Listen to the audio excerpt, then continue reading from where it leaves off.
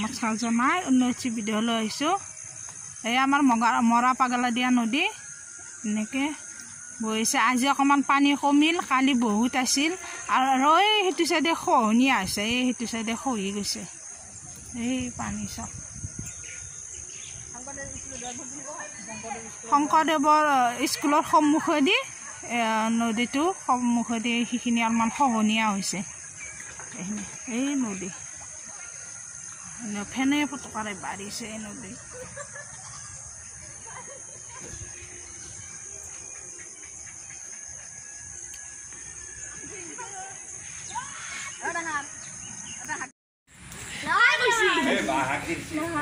আমাৰ মাইনাৰ ঘৰত সাপ ওলাইছে। এই দাদা সাপ মাৰছে। হ'ল দিয়া চাহ কাপৰ সৈতে মোৰ পকৰি ৰেডি হৈ গ'ল। লাল চাহ পকৰি।